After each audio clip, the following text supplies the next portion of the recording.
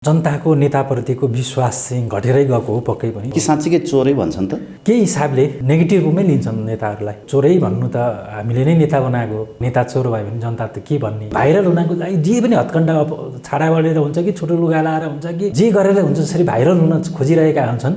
त्यस्तै गरी राजनीतिमा पनि जसरी हो कि इमान बेचेर हुन्छ कि सत्तामा टिकिराख्ने। शक्ति बिना मान्छे त बाँच्नै सक्दैन। एउटा मनोविज्ञान पनि हो, जो पनि शक्तिमै रहन चाहन्छ। अथवा राजनीति गर्ने मान्छेहरूको लागि त उसले राजनीति गर्नुको पछाडिको उद्देश्य नै शक्तिमा पुग्ने, सरकारमा पुग्ने अभिष्ट नै त्यही हो नि त। राजनीति गर्नुको अभिष्ट त पायल चप्पलबाट प्राडोमा चढ्ने हैसियत बनाएका नेताहरू होइन, हवाई चप्पलबाट हवाई जहाजमा उड्ने हैसियत बनाएका नेताहरूलाई त यसरी सधैँभरि सत्तामा रहिरहन मन लाग्छ भने जन्मदै सत्ता लिएर जन्मेका ज्ञानेन्द्र शाहलाई चाहिँ कति पेट पोलेको होला? उनमा पनि त सत्तामा हौँ, शक्तिमा हौँ भन्ने त लाग्दो होला नि त। पक्कै लाग्छ। तर अझ पनि तपाईँको माया, राष्ट्रप्रतिको माया भन्छ नि, राष्ट्रियता, राष्ट्रप्रतिको माया, जनताप्रतिको माया नेतामा भन्दा पनि राजामा बढी हुन्छ है। जनता रहन्छ, राष्ट्र रहन्छ नि ऊ राजा हुन्छ। त्यो नेतामा हुँदैन कि। अहिले तपाईँ चप्पलको कुरा गर्नुभयो होइन। मैले केपी ओलीलाई देखेको छु, त्यही चप्पलमा लगाएको थिएँ, चुट्टीको चप्पल। त्यो उसले के अरे पटाले बाँधेको थियो कि। शेरबहादुर देउवालाई पनि लुई भिटनकै चाहिने रहेछ होइन। ओलीको पनि जुत्ता लुई भिटनकै जुत्ता छ भन्ने सुने मैले। त्यो सौखिन रहेछन् अहिले चाहिँ त्यो हवाई चप्पलबाट होइन, इन्टरनेसनल ब्रान्डमा पुगिसकेछ। हामीलाई 1500-1600 को जुत्ता लाउन अलिक गाह्रै छ। के भनिन्छ भन्दाखेरि सानोमा नि साइकोलोजी हो कि। सानोमा राम्रो खान पाएको छैन भने त्यो मान्छे खानामा एकदमै लोभी हुन्छ कि, भेट्यो कि खाइहाल्ने कि। उसको त्यो सपना हुन्छ कि। सपना के हुन्छ त भन्दाखेरि सानोमा राम्रोसँग खाएको छैन, राम्रोसँग लाउन पाएको छैन भने उसले अरू सपना देख्दैन कि। भविष्यमा गएर पछि गएर म पनि यस्तै लुगा लगाउँछु, यस्तै गाडी चढ्छु, यस्तै होटलमा बस्छु, यस्तै घर बनाउँछु। सपना त त्यही हो नि त मान्छेको। गाली गलौजको राजनीति नै छ एक नम्बरमा। एउटा पार्टीले अर्कोलाई, अर्को नेताले अर्कोलाई कि पागल भन्ने, कि मानसिक सन्तुलन गुमाएको भन्ने, कि के भन्ने। अहिलेसम्मको राजनीति भनेको गाली गलौज। राजासँगै जोडेर चाहिँ तपाईँको केपी शर्मा ओलीले प्रचण्डलाई गाली गर्ने, प्रचण्डले पनि फेरि अलिकति राजा चलमलाए। अब चाहिँ त्यहाँ नाराजुन होइन कि त्यहाँबाट पनि लगेट्छौँ, फेरि राजालाई नै गाली गर्ने। मरिसकेको बाघको चाहिँ जुगा उखाल्न त सजिलो छ, गाह्रो छैन। त्यही अस्त्र चाहिँ के गरिरहेका छन्, पटक प्रयोग गरिरहेका छन्। अनि फेरि त्यो बाघले झम्ट्यो भने चाहिँ के होला भन्ने होइन।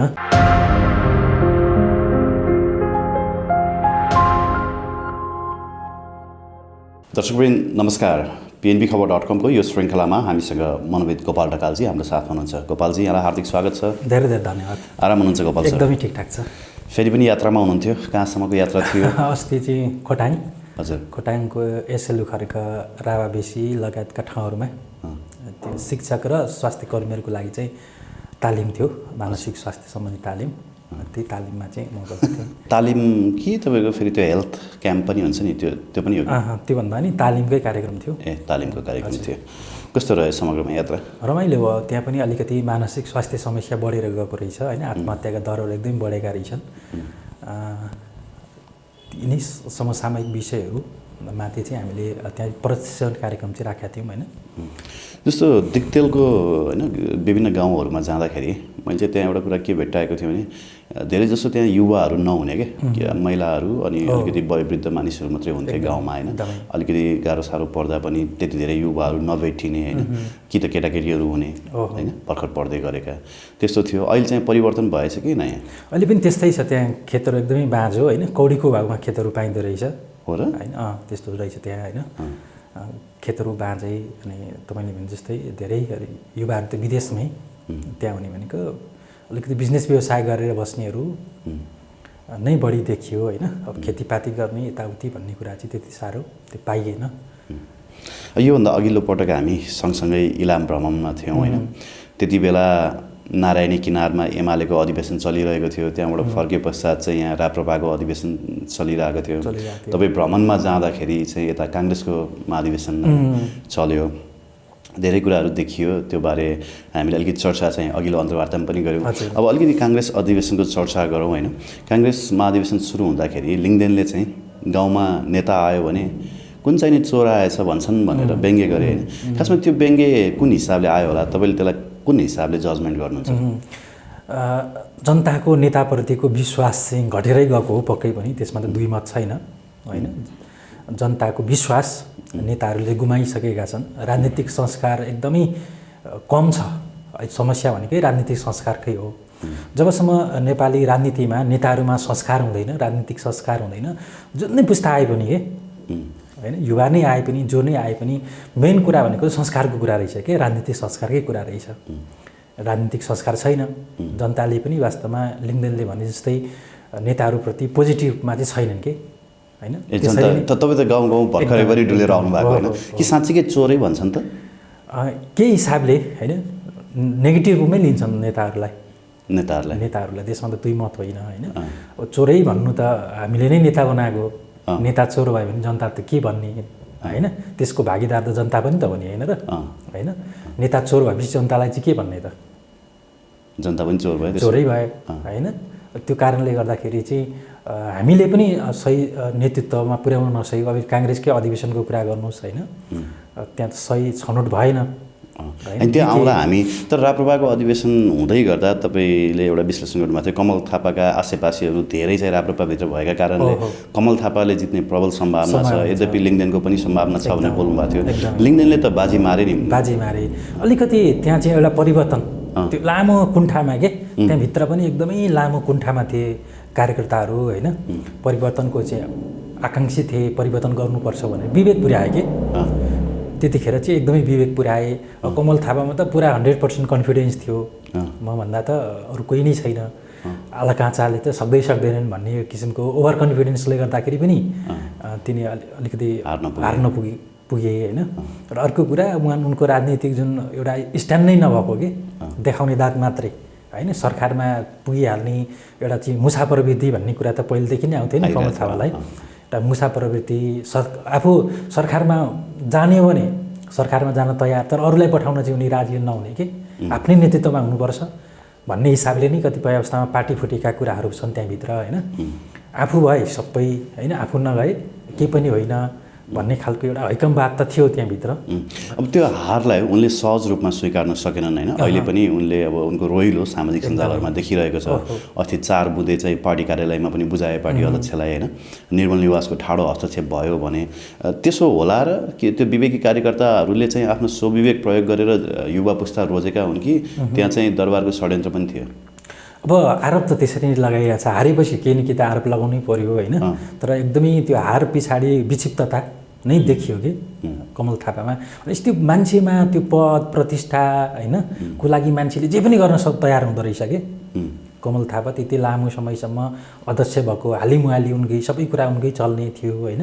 त्यो एकाएक हारिसकेपछि त्यो विक्षिप्तता, त्यो रोदन होइन अझैसम्म पनि कायम छ र राजालाई आरोप पनि लगाइरहेका छन्। र कमल थापाले मात्र होइन, अहिले चाहिँ राजालाई आरोप लगाउने के भन्ने बित्तिकै निर्मल निवासको चाहिँ तपाईँको चलखेल सुरु भयो होइन, राजाको चलखेल सुरु भयो।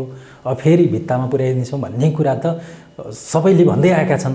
बिचरा एउटा मरिसकेको बाघलाई होइन एउटा चाहिँ त्यो जुङ्गा तान्न के सजिलो छ नि त मान्छेलाई, जिउँदोलाई होइन, मरिसकेको बाघलाई जिउँदो बाघको जुङ्गा तान्न सक्दैन, मरिसकेको बाघलाई जसले पनि तान्छ, त्यही नै भएको के। त्यहाँ आउँला अलिकति मैले यो विषय जोड्छु भन्ने नै सोचेको थिएँ। जुन कमल थापाले हार स्वीकार्न सकेनन् भन्नुभयो नि, अथवा त्यति बेला उनी ओभर कन्फिडेन्ट थिए भन्नुभयो होइन, त्यो कुरा काङ्ग्रेस अधिवेशनमा आउँदाखेरि चाहिँ जस्तो हात जोडेर सभापति आफै अथवा भनौँ प्रधानमन्त्री आफै चाहिँ यहीँ ब्रेकरी मण्डपमा होइन भोटर्सहरूसँग भोट माग्दै हुनुहुन्थ्यो। त्यो कुरा गगन थापाले पनि उठाउनु भएको छ कि अधिवेशन भनेको यस्तो हो, ओलिवेशन भनेको त नारायणी किनारमा हो, लिस्ट निकाल्यो फुत्त केन्द्रीय सदस्यदेखि पदाधिकारीहरूको नाम पढेर सुनायो होइन। तर त्यहाँ त हाम्रा देशकै प्रधानमन्त्री पनि हात जोड्दै भोट माग्न आउनुभयो होइन। त्यो चाहिँ वास्तविक लोकतान्त्रिक होइन निर्वाचन प्रणाली थियो र त्यसलाई हामीले अधिवेशन भन्यौँ भनेर उहाँले भन्नुभएको छ। कन्फिडेन्ट चाहिँ शेरबहादुर देउवा पनि रहेनछन् है? थिएन। त्यही भएर उनी हात जोड्नु दोस्रो चरणमा त एकदमै त्यहाँ के हुने भन्ने चाहिँ अवस्था नै भन्न सकिने अवस्था। ओभर कन्फिडेन्ट भइदिएको भए शेरबहादुर देउवा पनि चिप्लिन्थे। एकदम सुरुको उसमा त कमल के अरे देउवाले पनि त्यति धेरै वास्ता नगरेकी हो होइन। वास्ताको सुरुको चुनावमा नि उनी बसेर भेगुडी मण्डपमा टुसुक्क बसेर खाएको फोटो त भाइरल भएको थियो होइन। त त्यति जति कार्यकर्ताको माझमा जानुपर्ने नगएको हो। त पछिल्लो समयमा त एकदमै अवस्था गाह्रै थियो नि त, कता पल्टिने हो पासा भन्ने कुरा त होइन के छ त जनताको अथवा भोटरहरूको भन्ने कार्यकर्ताहरूको भन्ने कुरामा चाहिँ एकदमै कन्फ्युजै थियो। त्यो कारणले गर्दाखेरि पनि शेरबहादुर देउवाले त्यसरी होइन एकदमै कसरी हुन्छ, फकाएर हुन्छ कि किनेर हुन्छ कि आश्वासन दिएर हुन्छ कि राष्ट्रपति बनाइदिन्छु, भावी प्रधानमन्त्री तिमी नै हो भनेर हुन्छ कि कसरी हुन्छ? उदारा सहमतिहरूमा भए पनि उनले पल्ला भारी पार्न सफल भए होइन। तर के हो भन्दाखेरि सत्ताको लागि, शक्तिको लागि मान्छेले जे पनि गर्दो रहेछ कि। उदाहरणको लागि टिकटक बनाउन मान्छेले जे पनि गर्छ नि, जे पनि हत्कण्डा अपनाउँछ कि भाइरल हुनको लागि, भाइरल हुनको लागि जे पनि हत्कण्डा छाडा बढेर हुन्छ कि छोटो लुगा लाएर हुन्छ कि होइन, जे गरेर हुन्छ जसरी भाइरल हुन खोजिरहेका हुन्छन्। त्यस्तै गरी राजनीतिमा पनि जसरी के इमान बेचेर हुन्छ कि सत्तामा टिकिराख्ने त्यो पद प्रतिष्ठा। एउटा यो मनोविज्ञान के हो तपाईँले आज अलिकति खुलाइदिनु पऱ्यो क्या। जस्तो नेताहरू विशेषतः केपी ओलीको अधिवेशन हेर्दा पनि केपी ओलीले त्योभन्दा अगाडिका होइन, जस्तो नेकपा एक हुँदाखेरि चाहिँ आगामी अधिवेशनमा म उठ्दिनँ, आगामी चुनावमा म प्रधानमन्त्रीको दावेदार हुँदिनँ भन्नुभएको थियो। त्यो कुरा देखिएन। उहाँ अझै पनि होइन शक्तिमै रहनु चाहनुभएको देखियो, अथवा उहाँ झन् बढी शक्तिशाली भएको भनेर कतिपयले विश्लेषण पनि गरे। त्यस्तै गरी कमल थापाले पनि हार स्वीकार्न सकेनन्, उहाँमा पनि शक्तिको होइन इच्छा रहेछ भन्ने कुरा देखियो। त्यस्तै गरी शेरबहादुर देव पनि अझै शक्तिमा रहिरहन चाहँदो रहेछन् होइन, त्यसको लागि हर चिजहरू गर्नको लागि उनी पछि पर्दैनन् भन्ने कुरा देखियो। अब माओवादीमा त कुरै नगरौँ, त्यो छँदैछ होइन, यथावतै छँदैछ।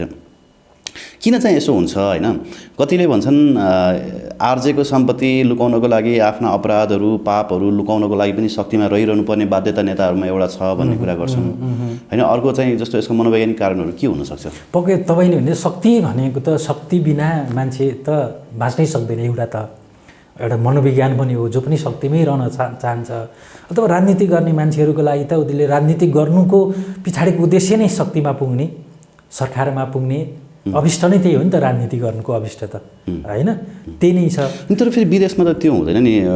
2 टर्म चलाएपछि अमेरिकामा छोडिदिनै पर्छ, उनीहरूको नियमै त्यस्तो छ होइन। हामी कहाँ चाहिँ त्यस्तै हुन्छ, पछि हामीलाई अप्ठ्यारोमा पार्छन् भनेर उनीहरूले त्यो 2 टर्म अथवा 2 पटक मात्रै सभापति हुन पाउने अथवा 2 पटक मात्रै प्रधानमन्त्री हुन पाउने चाहिँ नियम कन्स्टिट्युसनमा नलेखेका हुन्। एकदमै त्यहाँ चाहिँ विदेशमा चाहिँ विकासको लागि के गरौँ, योगदानको लागि भनेर चाहिँ राजनीतिमा लाग्छन् भने नेपालमा भनेको त पद प्रतिष्ठा, मन्त्री प्रधानमन्त्री होइन, श्रीमतीलाई पैसा, भ्रष्टाचार, यिनै कुराको लागि मान्छेले राजनीति गरेको हुन्छ होइन। कि कसैलाई ईर्ष्याको लागि, राजाको ईर्ष्याले कोही राजनीतिमा लागेका होलान् होइन, कोही अर्को पार्टीको ईर्ष्याले चाहिँ राजनीतिमा लागे होलान्, कोही चाहिँ होइन म चाहिँ कति पछौटे भएँ, मैले पनि के गर्नु पऱ्यो, पैसा कमाउनु पऱ्यो, अर्को विकल्प छैन भन्ने उद्देश्यले नै एउटा त्यो राजनीतिमा लाग्नुको पछाडिको उद्देश्य नै एकदमै के भ्रष्टाचार छ कि। भ्रष्टाचारी उद्देश्यले चाहिँ के गर्छन् मान्छे नेपालमा, नेपालको परिप्रेक्ष्यमा है त्यसरी मान्छे राजनीतिमा लागेका छन्। उनीहरूको चाहिँ सोचाइ नै त्यही हुन्छ। समाजसेवा राजनीति गर्ने उद्देश्य, समाजसेवाको उद्देश्यले राजनीतिमा लाग्या होइन। त्यो हुन्थ्यो भने त्यहाँ निष्ठाको राजनीति हुन्थ्यो होइन, त्यहाँ इमानको राजनीति हुन्थ्यो। उनीहरूको फरक छ उद्देश्य। त्यो कारणले गर्दाखेरि चाहिँ नेपालमा अघि पनि मैले भने नि राजनीतिक संस्कार एकदमै कम छ।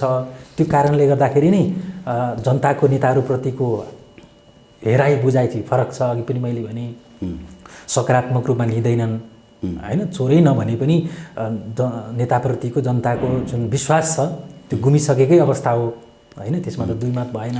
जस्तो एउटा कुरा नि, पायल चप्पलबाट प्राडोमा चढ्ने हैसियत बनाएका नेताहरू होइन, हवाई चप्पलबाट हवाई जहाजमा उड्ने हैसियत बनाएका नेताहरूलाई त यसरी सधैँभरि सत्तामा रहिरहन मन लाग्छ भने सत्तामै जन्मदै सत्ता लिएर जन्मेका ज्ञानेन्द्र शाहलाई चाहिँ कति पेट पोलेको होला? उनमा पनि त सत्तामा हौँ, शक्तिमा हौँ भन्ने त लाग्दो होला नि त। पक्कै लाग्छ।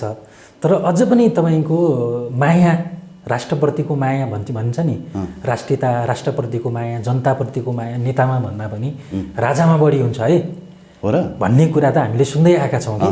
किनभने उसले राजा कतिखेर हुन्छ जब देश रहन्छ, जनता रहन्छ, राष्ट्र रहन्छ नि ऊ राजा हुन्छ होइन। त्यो नेतामा हुँदैन कि। अघि तपाईँ चप्पलको कुरा गर्नुभयो होइन, मैले केपी ओलीलाई देखेको छु। त्यही चप्पलमा लगाएको थिएँ, चुट्टीको चप्पल, त्यो उसले के अरे पटाले बाँधेको थियो कि।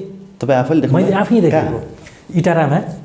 त्यो प्रजातन्त्र आइसकेपछि पहिलो चुनाव थियो हाम्रो गाउँभन्दा अलिक तलतिर। त्यतिखेर उहाँ हिँड्दै आउनु भएको थियो, एकदमै लिखुरे, प्यान्ट लगाएको, सेतो प्यान्ट जस्तो लाग्छ मलाई त्यतिखेर, चप्पल लगाएको थियो। त्यो हिँड्दा होला एकदमै त्यो खुट्टा पनि एकदमै मैलो भएको। भाषण सुन्न पनि गएको हो म, नेता पहिलोचोटि देखेको नेता नै मैले राष्ट्रिय नेता भनेकै केपी शर्मा ओली हो। उहाँको भाषण पहिलोचोटि भाषण सुनेकै केपी शर्मा ओलीको हो होइन। त्यो इमेज अहिलेसम्म मलाई एकदमै थाहा छ क्या, त्यो दिमागमा छ। मदन भण्डारीको त तपाईँ फेरि छिमेकी है, त्यही भएर केपी ओलीको अवस्था कस्तो थियो भन्ने कुरा चाहिँ मैले एकदमै त्यतिखेर नजिकबाट हेरेको देखेको। उनको लगाइ, उनको शारीरिक अवस्था होइन, हिँडाइ बोलाइ यावत कुरा चाहिँ त्यतिखेर हेर्दा र अहिलेको केपी शर्मा ओली हेर्दाखेरि अनि त्यो फड्को मार्दाखेरि अहिले त लुई भिटनको जुत्ता नभए नहुने रहेछ। 40-50 हजार कति पर्छ भनेर पो अस्ति आएको थियो। हाम्रो भीम उपाध्यायले लेख्नुभएको थियो शेरबहादुर देउवालाई पनि लुई भिटनकै चाहिने रहेछ होइन। ओलीको पनि जुत्ता लुई भिटनकै जुत्ता छ भन्ने सुने मैले। अब त्यो सौखिन रहेछन् अहिले चाहिँ त्यो हवाई चप्पलबाट होइन, ब्रान्डेड होइन, त्यो पनि इन्टरनेसनल ब्रान्डमा पुगिसकेको छ।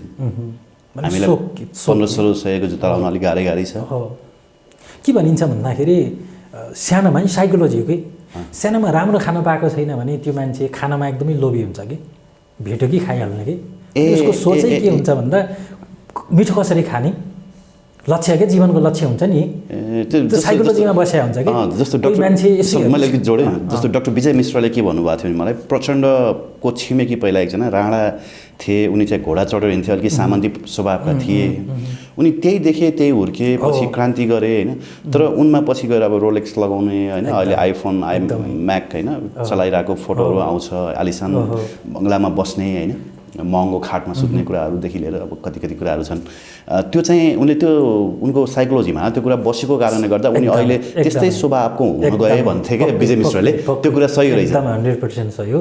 उसको त्यो सपना हुन्छ कि, सपना के हुन्छ त भन्दाखेरि सानोमा राम्रोसँग खाएको छैन, राम्रोसँग लाउन पाएको छैन, उसले अरू सपना देख्दैन कि भविष्यमा गएर पछि गएर म पनि यस्तै लुगा लगाउँछु, यस्तै गाडी चढ्छु, यस्तै होटलमा बस्छु, यस्तै घर बनाउँछु।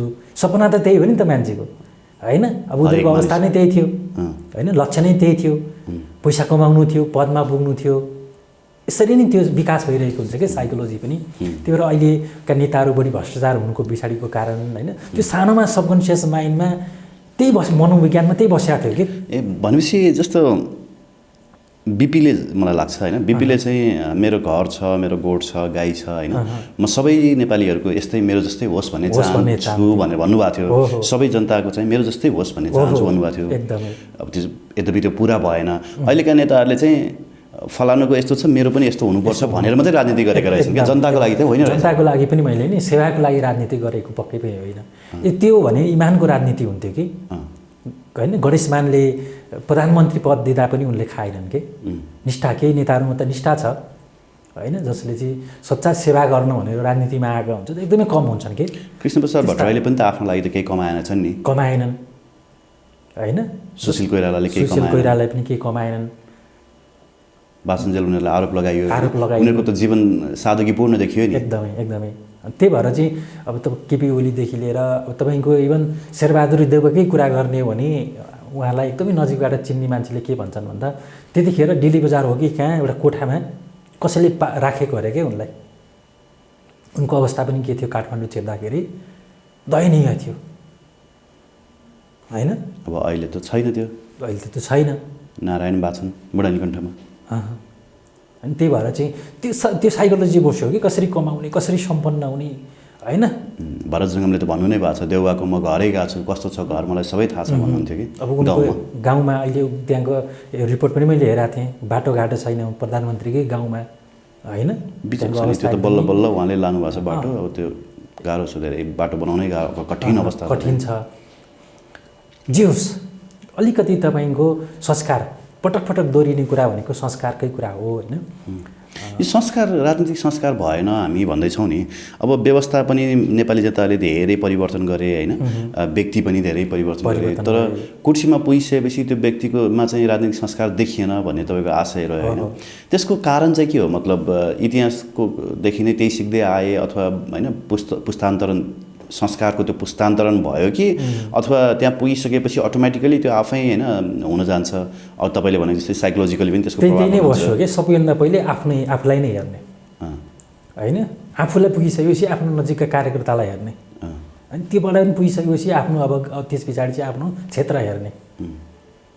अनि त्योभन्दा अगाडि अर्को चुनाव आउने बेला भइसकेको हुन्छ, अनि फेरि भ्रष्टाचार कसरी अर्को चुनाव जित्ने, फेरि अनि तपाईँको मन्त्री कसरी हुने, प्रधानमन्त्री कसरी हुने, होइन त्यसमा पनि अलिकति अर्को पार्टी बहुमत हुँदाहुँदै पनि कसरी त्यहाँ चाहिँ टिकडम गरेर चाहिँ तपाईँको त्यो सरकार ढाल्ने र आफू फेरि अर्को चाहिँ सत्ता परिवर्तन गरेर चाहिँ फेरि के गर्ने, सत्तामा पुग्ने, यही देखियो नि अहिलेको यो चुनावमा पनि। त्यही जानै चाहिँ यिनीहरूले संविधानमा 2 पटकभन्दा धेरै पटक प्रधानमन्त्री बन्न नपाउने अथवा 2 टर्मभन्दा बेसी राष्ट्रपति बन्न नपाउने त्यो नलेख्या होला है। पक्कै पनि त्यही हो होइन।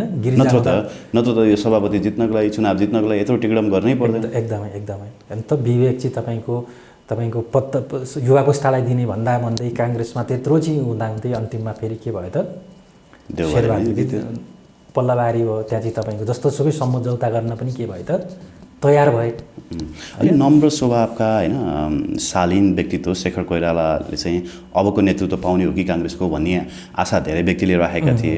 उनलाई आफ्नै भाइ होइन शशाङ्क कोइरालाबाट सपोर्ट भएन, बहिनी सुजता कोइरालाबाट सपोर्ट भएन होइन, अन्य व्यक्तिहरू अब रामचन्द्र पौडेलहरूदेखि लिएर प्रकाशमान सिंहहरूले पनि सपोर्ट गर्नु भएन।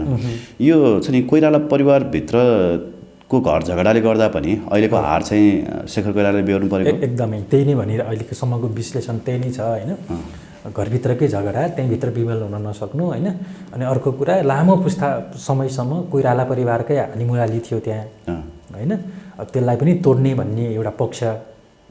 अनि अर्को पक्ष तपाईँले भने जस्तै त्यहाँभित्र कुरा मिलेन, महत्त्वाकाङ्क्षी बढी भए।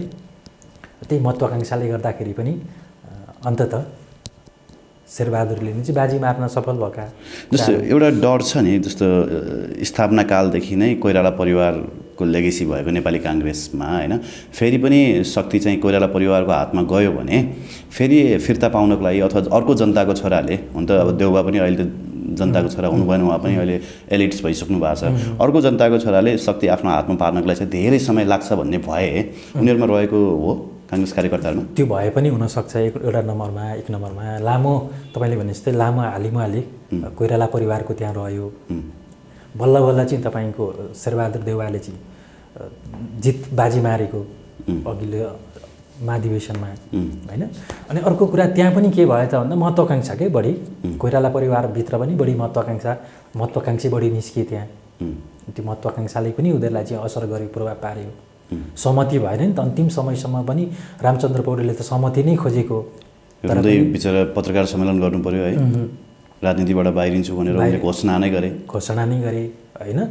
त्यहाँ चाहिँ तपाईँको विमलेन्द्र देवी होइन, तपाईँको प्रकाशमान सिंहले चाहिँ तपाईँको सहमति नजनाएको कारणले गर्दाखेरि पनि तपाईँको यता सजिलो भयो देउवालाई होइन। त्यो आफ्नो पाटो छ। ठिकै छ सर, अब सभापतिमा त देउबा विजयी भइसक्नु भएको छ होइन।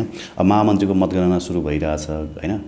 उपसभापतिमा पनि अनएक्सपेक्टेडली विजय कुमार गच्छिदार जस्तो होइन पुरानो नेतालाई हराएर धनराज गुरुङ, अर्को पूर्णबहादुर खड्का होइन आउनु भएको छ अगाडि फ्रन्टमा। महामन्त्रीमा के छ, गगनको चान्स छ? गगन होइन विश्वप्रकाशहरूको चान्स, सम्भावना किन? अझ फेरि कम्पिटिसन त एकदम कडा छ, किनभने मिनेन्द्र रिजाल होइन, गगन थापा, विश्वप्रकाश अनि प्रदीप पौडेल पनि हुनुहुन्छ, सबै अलिक युवा नेताहरू नै हुन्छ।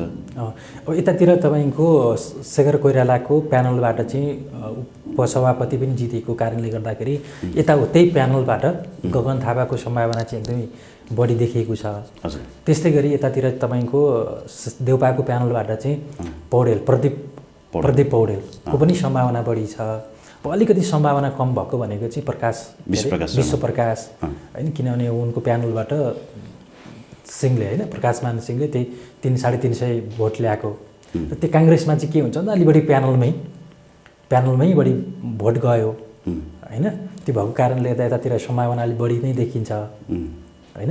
अब हेरौँ तपाईँले भने जस्तो अब प्यानलको कुरा गर्दा नि होइन, अब एमाले भित्र त्यस्तै प्यानल हुँदाखेरि एमाले 2 टुक्रा भयो होइन। पछि भीम रावलको उम्मेदवारीको बारेमा पनि हामीले इलामको कन्याममा बसेर चर्चा गरेका थियौँ होइन। भीम रावलले उम्मेदवारी त दिए तर सम्मानजनक मत ल्याउन सकेनन् होइन, 223 कति मत लिएर आए। शेखर कोइरालाले यद्यपि सम्मानजनक मान्नुपर्छ त्यस्तो मत लिएर आए होइन। अब यो प्यानलले चाहिँ होइन पार्टीभित्र नै फेरि फरक होइन प्यानल हुँदाखेरि चाहिँ यसले पार्टी फुटमा बढी टेवा दिन्छ, मतलब पार्टी फुट गर्नमा बढी मद्दत गर्छ। पार्टी नै नफुटे पनि त्यहाँभित्र त गुटले त पक्कै पनि अवस्था सिर्जना गर्छ नै होइन। देउबा हारेको भए के हुन्थ्यो? देउबा हारेको भए पनि पार्टी नै फुट्छ भन्ने चाहिँ अब छैन, किनभने त्यो फुटको मनोविज्ञान राम्रोसँग बुझिया छन्। शेरबहादुर देउवाले नै फुटाएको हो नि त पार्टी होइन। त्यही त पहिला त फुटाकै हुन्। फुटको मनोविज्ञान एकदमै राम्रोसँग थाहा छ। तिनी प्रकाशमान विमलन निधिलाई लिएर फुटाएका हुन् पार्टी, फुटाएका हुन् होइन। त्यो भएर काङ्ग्रेस फुटि नै हाल्थ्यो भन्ने चाहिँ छैन। कम्युनिस्ट जस्तो एकदमै चोइटिहाल्ने अवस्था चाहिँ त्यति धेरै काङ्ग्रेसमा त्यो सम्भावना चाहिँ एकदमै कम छ। यता राप्रपामा बरु त्यो फुट्ने सम्भावना चाहिँ बढ्दै गएको छ, प्रबल छ। किनभने थापाले कमल थापाले चाहिँ स्वीकार्ने अवस्था छैन। होइन देउवाला पनि त्यही हुन्थ्यो होला नि। तर देउवाले चाहिँ बुझेका छन्, अघि मैले भने नि पार्टी फुटाइसकेपछि अवस्था के हुँदो रहेछ त। कमल थापाले त धेरै पटक फुटाएका हुन् नि। त्यो त नर्मल भयो क्या। कमल थापाको त फुट्नु र जुट्नु चाहिँ नर्मल भयो भयो होइन। तर गीता छोएर कसम खाएका छन् रे नि त कमल थापाहरूले, हामी पार्टी फुटाउँदैनौँ भनेर, यो अन्तिम एकता महाधिवेशन हो भनेर गीता छोएर कसम खाएका छन् रे। खाएकै हो होइन। तर स्वीकार अझैसम्म स्वीकार त हिन्दू राष्ट्रको एजेन्डा बोकेर हिँड्ने मान्छेले गीताको कसम खाएर होइन, गीता छोएर कसम खाएको कुरा पनि ब्रेक गर्न मिल्छ त। त्यो कसम त अब उनीहरूलाई त्यो ठुलो कुरो भएन। हामी पनि सानो सानोमा विद्या कसम भनेर कति खान्थ्यो होइन। त्यो कसमको खासै अर्थ रहेन होइन।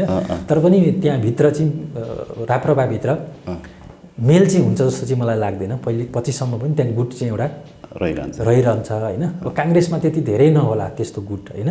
किनभने उनीहरूको अझै पनि के छ भन्दाखेरि अबको शक्ति भनेको हामी हो। चुनावमा होइन बहुमत ल्याएर सरकार बनाउनुपर्छ भन्ने तिक्तता देखियो नि। गगन थापाले चाहिँ अब 15 लाख भोटर्सहरूलाई जोड्ने कसरी भन्ने होइन, अथवा नेतृत्व परिवर्तन हाम्रो चाहना थियो। अन्तिम अवस्थासँग तपाईँले पनि त्यही भन्नुभएको थियो होइन। विमलन निधि र प्रकाशमानले अन्तिम अवस्थामा किन धोका दिनुभयो भन्ने जस्ता प्रश्नहरू तिर्साउनु भएको छ होइन। त्यसले गर्दा चाहिँ कतै न कतै तिक्तता होइन चुनावसँग बाँकी रहन्छ कि भन्ने आशा। गुट परिवर्तन त गगन थापाले पनि त गरे हो नि होइन र। एकदमै सिटोला प्यानल भने अवसर नै खोज्या हो नि त उनले पनि। कमल थापा के अरे गगन थापा पनि अवसरै खोज्ने मान्छे हो, अवसरवादी नै हो, एकदम अवसरै हो। नत्र भने चुनावको मुखमा आएर गुट परिवर्तन त गर्दैन थियो यदि निष्ठा हो भने त धोका नै दिएको हो नि त वास्तवमा। जता अवसर त्यतातिर गुर्या हो होइन। अवसर त सबैले खोज्दो रहेछ राजनीतिमा। नेपालीहरू अलिक बढी अवसरवादी हो। अवसरवादी एकदमै काहीँ नै त्यो अवसर पनि फेरि सत्तामा पुग्नको लागि शक्तिमा पुग्नकै लागि हो कि। अनि कमाउनै हो है। त्योभन्दा अन्तिम लक्ष्य भनेकै कमाउ होइन।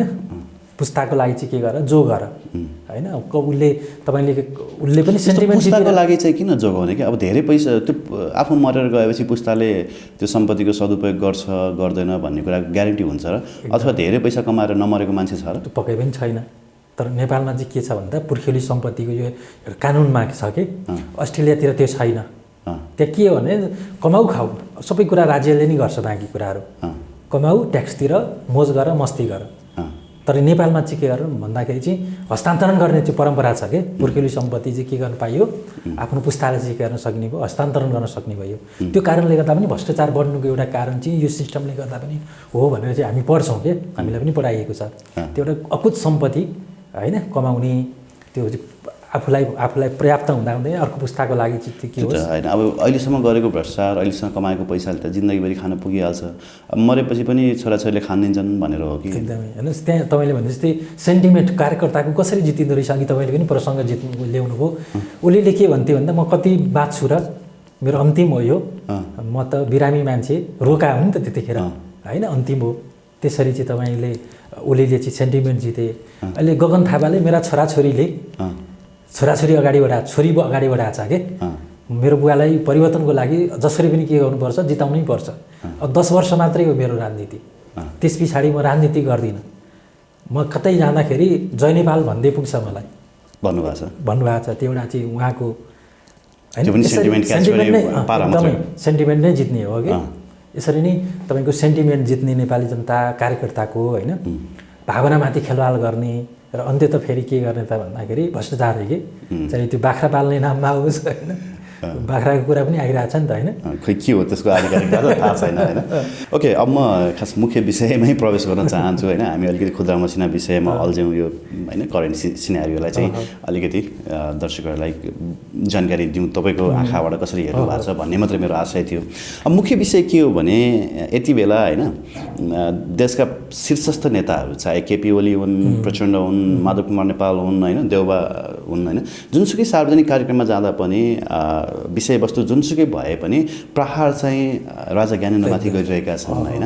अनि उनीहरूले जनतामा एक किसिमको डर त्रास के फैलाइरहेका छन् भने अब राज संस्था छिट्टै फर्किन्छ, राज संस्था फर्काउने षड्यन्त्र भइरहेको छ, नेपाली आकाशमा कालो बादल मडारिरहेको छ जस्ता, होइन, शब्दावलीहरू प्रयोग गरेका छन्। अब हिजो ओलीले मात्रै चाहिँ 5 बुँदे सहमति के हो, प्रचण्ड र राजा ज्ञानेन्द्र बीच के सहमति भएको थियो भनेर बोल्नुभयो, होइन।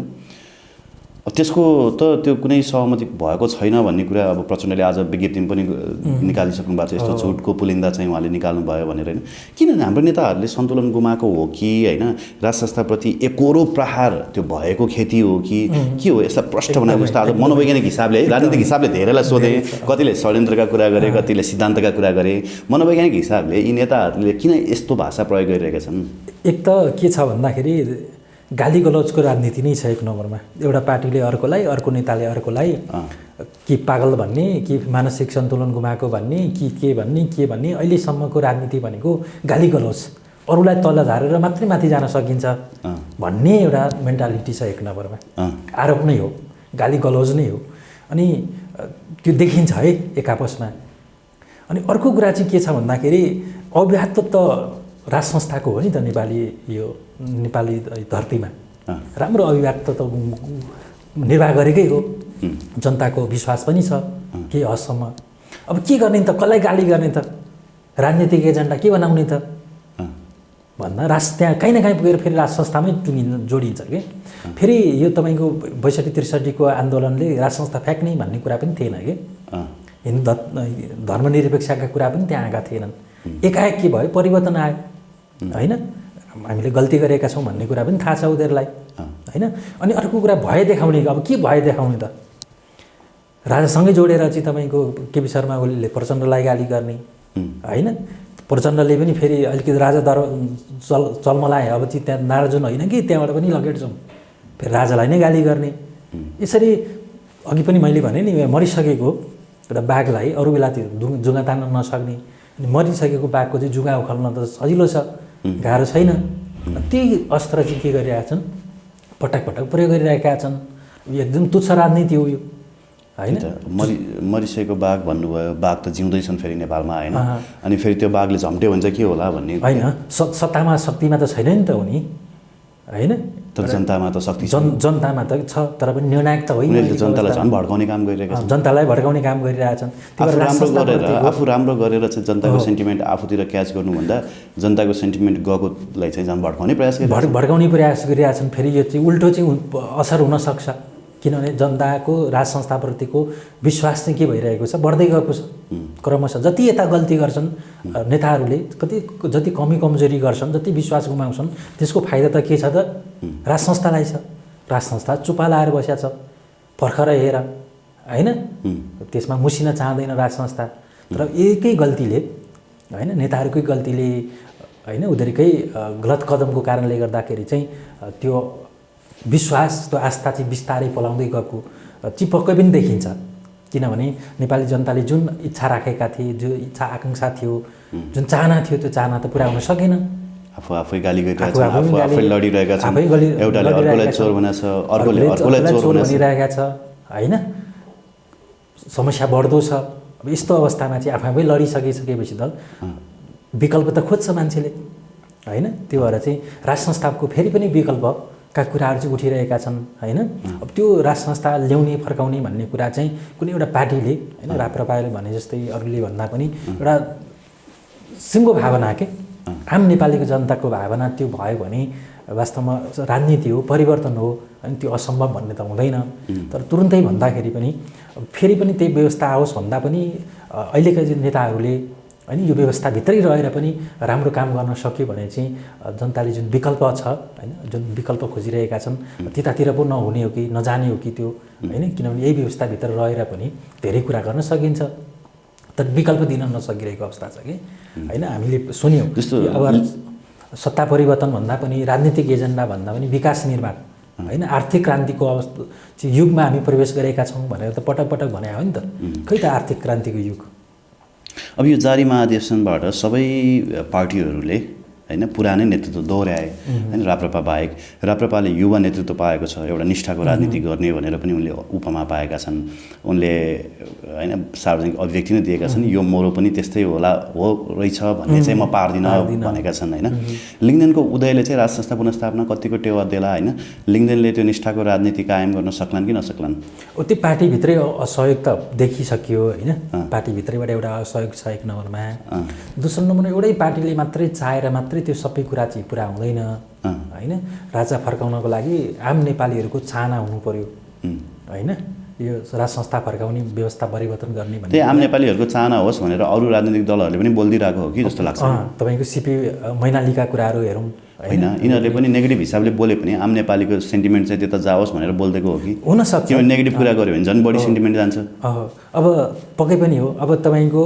ओजेलमा परे सिपी मैनाली पनि अब के एजेन्डा ल्याउने त के बोल्ने त योभन्दा त ठिकै थियो राज संस्था नै ठिकै थियो उनको पनि त्यो एउटा सेन्टिमेन्ट हुनसक्छ रविन्द्र मिश्र जस्तै भन्नु थाल्यो उनको पनि त्यो एउटा चाहिँ अब गणतन्त्रको नारा लगाएर त अब विश्वास जित्न सकिएन गणतन्त्रमा त देखियो होइन अब के गर्ने त कुन एजेन्डा चाहिँ फ्याँक्ने भन्दाखेरि पनि त्यो एउटा क्षणिक एजेन्डा पनि हुनसक्छ एक दुई सिट जित्नको लागि होइन त्यो पनि हुनसक्छ तर जे भए पनि के बुझ्नु पऱ्यो भन्दा राज संस्थाको भूमिका चाहिँ एकदमै महत्त्वपूर्ण छ होइन यो कुरालाई त बिर्सिनु भएन र सँगसँगै मेन कुरा चाहिँ व्यवस्था जे भए पनि व्यवस्था त फेरियो तर नेपालीको अवस्था फेरिएन किन फेरिएन त भन्दा एउटै मात्रै कुरा के हो भन्दाखेरि त्यहाँ निष्ठाको राजनीति भएन राजनीतिक संस्कार भएन होइन त्यहाँ अवसरवादी मात्रै भए होइन तपाईँको जति घाँस देखायो भेडाहरू के हुँदो रहेछन् त्यतैतिर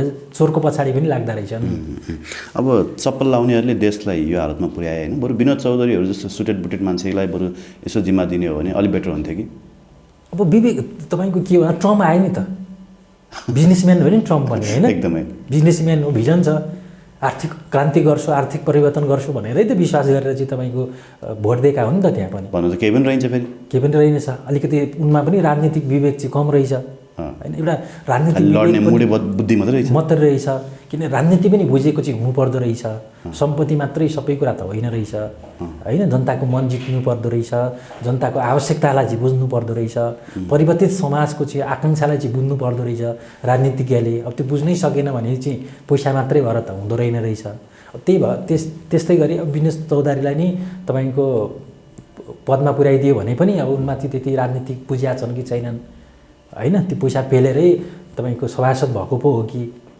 भिजन नै पो छ कि भन्ने कुरा पनि हो भिजनका कुराहरू पनि आउँछन् होइन त्यो कारणले गर्दाखेरि एकदमै सम्पन्न मान्छेले मात्रै राजनीति गर्न सक्ने हो सामान्यले गर्न सक्दैन भन्ने पनि होइन अहिले तपाईँ लिङ्गदेनको कुरा गर्दै हुन्थ्यो लिङ्गदेन त वास्तवमा एउटा माइक्रो बस चलाउन होइन झापादेखि धनकुटासम्म चाहिँ धरानसम्म चाहिँ माइक्रो बस चलाउनु हुँदो रहेछ पहिले होइन केही समय त्यो कुरा पनि आयो पछि होइन बुझाएर रहेछ नि त उनले होइन मजदुरको समस्या होइन एकदमै स्थानीय समस्या बुझ्नु त किन नबुझ्नु त अनि त्यो तपाईँले भन्नुभयो त केले बानेको चप्पल लाएर हिँडेका केपी ओलीले चाहिँ आम नागरिकको समस्या नबुझेका होला नि त केपी शर्मा जेल बस्दै बिर्सेछन् के बिर्सेछन् होइन 14-15 वर्ष जेल बसे देउबाले त बिर्सेका थिएनन् होला उनी त फेरि त्यत्रो विकट ठाउँबाट आएर काठमाडौँमा आज साम्राज्य खडा गरेका छन् होइन देशको शीर्षस्थ स्थानमा उनी पुगेका छन् कार्यकारी प्रमुख छन् उनको पनि सपना त्यही होला म कति चाहिँ तपाईँको अर्काको कोठा सेयर गरेर बस्छु काठमाडौँमा एउटा घर होस् भन्नेबाट सुरु भयो होला उनको राजनीति अरू जस्तो 8 क्लास पास अथवा एसएलसी पास मात्र होइनन् लन्डन स्कुल अफ इकोनोमिक्सबाट उनले मास्टर्स गरेका रहेछन् तर पनि खासै 4-5 चोटि प्रधानमन्त्री हुँदाखेरि पनि खासै चाहिँ तुमको देखिने गरे होइन नेपाली जनताको मनमा बस्ने गरी शेरबहादुर देउवाले गरेको काम त खासै केही पनि छैन त्यो जति नै चोटि प्रधानमन्त्री भए पनि खासैमा न देशको लागि केही फाइदाजनक हुन्छ न पार्टीकै लागि पनि जति नै चोटि सभापति जिते पनि हुन्छ भन्ने कुरा त स्वयं उनका कार्यकर्ताले नै भन्छन् होइन त्यही भएर भिजन पनि हुनु पर्दो रहेछ समस्या बुझेको पनि हुनु पर्दो रहेछ लक्ष्य पनि परिवर्तनको हुनुपर्दो रहेछ कि समाज परिवर्तन गर्छु देशकै मुहार चाहिँ के गर्छु फेर्छु भन्ने लक्ष्यका साथ काम गर्यो भने चाहिँ एउटा नेतामा मात्रै त्यो परिवर्तनको लक्ष्य भएर नआउँदो रहेछ नि त परिवर्तनको लक्ष्य त केपी ओलीले पनि राखेका थिए नि होइन उनले रानी पोखरीदेखि धरहरादेखि के रेल रे पानी जहाज रे के ल्याउँछु भने जस परिवर्तनको लक्ष्य सपना त देखेको तर फेरि अरू नेताहरूले असहयोग गरिदिएपछि पार्टीभित्रै असहयोग भए पछाडि होइन ती सपनाहरू सपनामै सीमित रहँदो रहेछ त त्यही भएर चाहिँ प्रत्यक्ष कार्यकारी प्रधानमन्त्रीको कुरा अब आइराखेको छ अबको एजेन्डा भनेको नि त्यही हो कि वास्तवमा अब प्र्याक्टिस गर्न बाँकी भनेको पनि त्यही नै हो र ढिलो चाँडो यो पक्कै पनि पुरा हुन्छ समय लाग्ला 10 वर्ष लाग्ला अबको एजेन्डा भनेको चाहिँ त्यही नै हो कि कार्यकारी प्रधानमन्त्री अथवा प्रत्यक्ष निर्वाचित प्रधानमन्त्रीकै कुराहरू आइरहेका छ त्यहाँभित्र पनि अघि मैले भने जस्तो के अरे त्यहीँभित्र माधव नेपालका पक्षका मान्छेहरू प्रधानमन्त्री हुन पाएनन् होइन लक्ष्य त एउटै अघि पनि हामीले कुरा गऱ्यौँ नि सत्तामै पुग्ने रहेछ पार्टी फुटाएर हुन्छ कि जे गरेर हुन्छ कि के हुनु पर्यो सत्तामै पुग्नु पर्यो कि मन्त्री नै हुनु पर्यो त्यही कारणले गर्दा पार्टी फुट्यो 12 जना जति त मन्त्री भइसक्यो बागमती प्रदेशमा फेरि तपाईँ हेर्नुहोस् त 8वटा हुनुपर्ने होला होइन 7-8 वटामा फुटाएर 12-14 वटा पुर्याइसक्यो 14 वटा पुर्याउने रे लक्ष्य मन्त्री हुने लक्ष्य होइन झन्डा भएको गाडी होइन चढ्ने लक्ष्य भनेपछि राजनीति गर्नुको पछाडिको लक्ष्य नै त्यही झन्डावाला गाडी रहेछ कि झन्डावाला गाडी रहेछ अब यसो म हेर्छु तपाईँको गाउँपालिकाहरूमा प्रत्येक तपाईँको अध्यक्ष गाउँपालिकाको अध्यक्षहरूको पुरा झन्डावाला गाडी छ कि गाडीमा के एक गाउँपालिका गाउँ म अस्तिको जहाँ गएँ राजाभन्दा कम छैन एकदमै भेट्ने गाह्रो हुन्छ फेरि हामी पनि त्यहाँ हिँड्यौँ होइन अनि मैले साइकोलोजी के रहेछ त उनीहरूको साइकोलोजी भन्दाखेरि होइन चढेँ उनीहरूकै गाडीमा अध्यक्षकै गाडीमा चढेँ गार्ड राखेको छ होइन सेक्युरिटी राखेको छ नमस्ते गर्दै नमस्ते खाँदा कता अनि मेयरहरूले पनि गार्ड राखेको छ गार्ड तपाईँको मेयरहरूले त तपाईँको त्यो नगरपालिका हुँदा त गार्ड व्यवस्था हुँदो रहेछ नगर प्रहरी भनेर गार्ड हुँदो रहेछ अहिले तपाईँको यो गाउँपालिकामा त पनि प्रहरी हुँदो रहेछ कि गाडै राखेको हुँदो रहेछ उनीहरूकै आफ्नै प्रहरी भनेपछि त्यो एउटा सान के अनि त्यो अगाडि बसेर होइन गाडीमा सरर हिँड्दाखेरि अनि नमस्ते खाँदाखेरि नमस्ते गर्दाखेरि तिनी मलाई पनि भने अब नमस्ते नगरौँ भने कसरी नगरौँ ठुलो भयो भन्छन् गाडीमा चढ्यो भन्छन् हामीलाई त गाह्रो छ नि हो नमस्ते नफर्काउँ भने कसरी नफर्काउनु भन्नुहुन्थ्यो कि उहाँले त्यो एउटा फरक खालको के साइकोलोजी के सबै राजा एउटा राजालाई फ्यालेर सबै राजा सबै मान्छेको चाहिँ के हुँदो रहेछ सत्तामा पुगौँ शक्तिमा पुग्यौँ समाजमा नाम होस् प्रतिष्ठा होस् कमाऊ होइन भन्ने नि एउटा त सामान्य मनोविज्ञान त हो तर त्यो पुरा गर्नको लागि चाहिँ एकदमै तुच्छ रूपमा गिरेर नैतिकता बेचेर होइन गुट उपगुट फुट होइन आफ्नै स्वार्थ यावत कुराले चाहिँ के गर्दो रहेछ त भन्दाखेरि हामीले जति सोचेको जुन विकास छ त्यो चाहिँ प्राप्त हुन सकेन कि हस् सर यहाँलाई धन्यवाद दिन चाहन्छु महत्त्वपूर्ण संवादको लागि हुन्छ धेरै धेरै धन्यवाद